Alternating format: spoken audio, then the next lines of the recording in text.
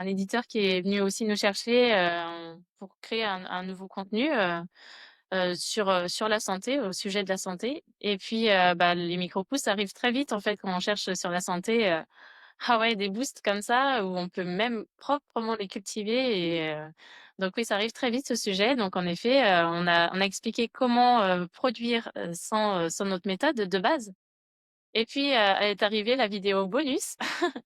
En fait, voilà, tout ce qu'on vous a montré qui est assez compliqué, ramener de la terre, puis moi j'ai quand même un sens, je fais mon propre terreau et ramener son propre terreau, bah, je vais pas le pasteuriser, je vais pas le mettre sous vapeur, chaude, pour éliminer toutes les bactéries avant de le faire rentrer à la maison. Donc voilà, il y a eu ce déclic de: «Ah, il nous faut un autre substrat pour faire rentrer à la maison, et puis être autonome là-dessus».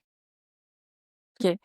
Et oui, comme tu dis justement, et comme je l'ai dit en introduction, le, kit micro-pouce que proposez, rend accessible à toutes et à tous pour quand même un prix dérisoire parce qu'il y a le prix, d'accord, du kit au départ, mais après on peut en faire une quantité hallucinante, et ça permet d'avoir même déjà, je sais pas, alors, pour les personnes qui ont des plantes chez eux, comme moi j'en ai beaucoup, il y a cette satisfaction voilà, d'en prendre soin, de voir grandir, d'être présent au kit de micro-pousses.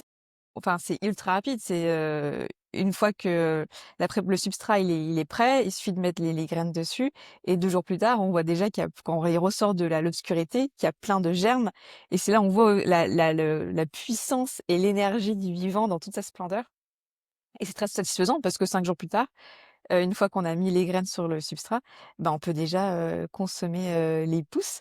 Donc c'est rapide, c'est pratique, c'est ludique aussi, je pense, avec des enfants. Ça doit être super de le faire parce qu'ils doivent être aussi très heureux de pouvoir voir qu'ils, comment dire? Qu'ils créent quelque chose de leurs mains et Le substrat n'a donne pas d'engrais, en fait. On ne nourrit pas avec le substrat, on leur donne juste de l'eau et de l'air. On leur donne juste des conditions hyper agréables pour elles. C'est souvent le commentaire qu'on a, tu sais, bah, sur les réseaux, hein, comme tu sais, tu nous as découvert ici et souvent on a des gens qui nous posent la question: «Mais, comment ça pousse? Il y a pas de terre, les nutriments, ils viennent d'où? Vous mettez de l'engrais dans votre agraria?»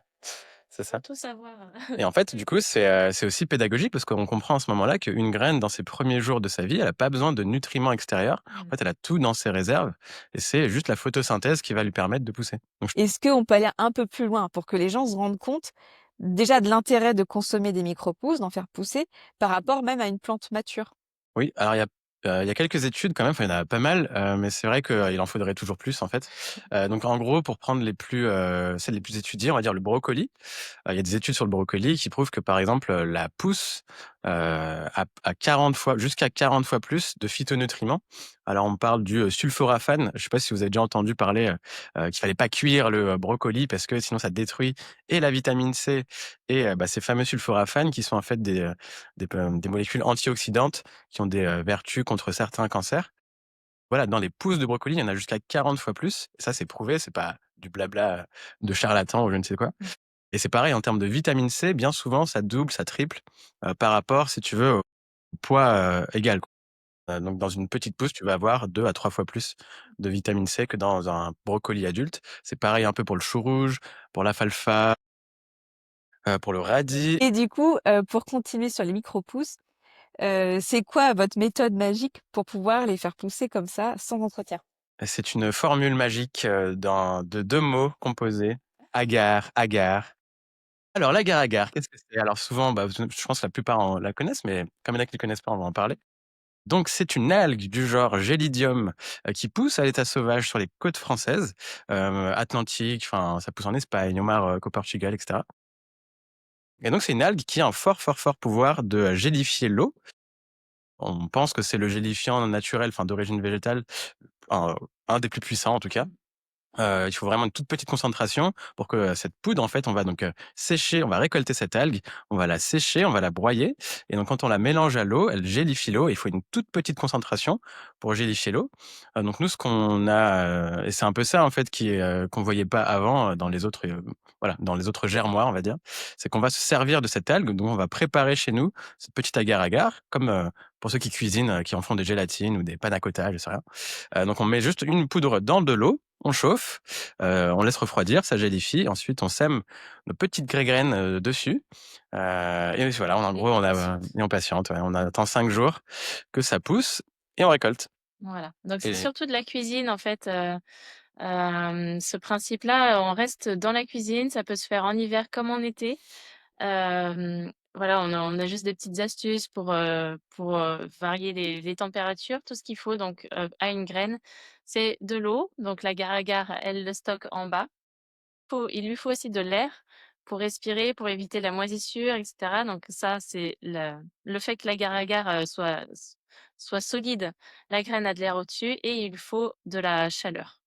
Donc les 20-25 degrés, c'est top. et une question qu'on nous pose, souvent, c'est: «Bah, est-ce que ça marche avec toutes les graines?» Et Mmh. alors la réponse, c'est non, malheureusement. Mmh. En fait, il faut que la graine, elle ait des mucilages. Donc les mucilages, c'est des polysaccharides qui vont gonfler au contact de l'eau.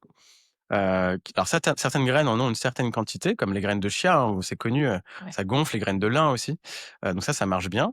Les graines de lin, c'est pas si bon que ça, mais les graines de chia, ça passe bien. En tout cas, celles que nous, on a sélectionnées, en fait, on a fait nos petits essais.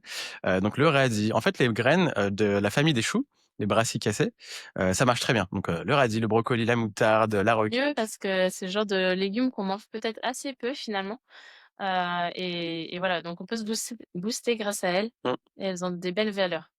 Ouais, elles sont souvent riches en vitamine C d'ailleurs, c'est Petit souvent des bonus, on peut quand même aller, faire des haricots mongo, les pousses de soja aussi avec ce système. Donc nous, on n'en propose pas sur notre site parce que c'est une graine assez grosse, enfin pour le moment, on verra plus tard, mmh.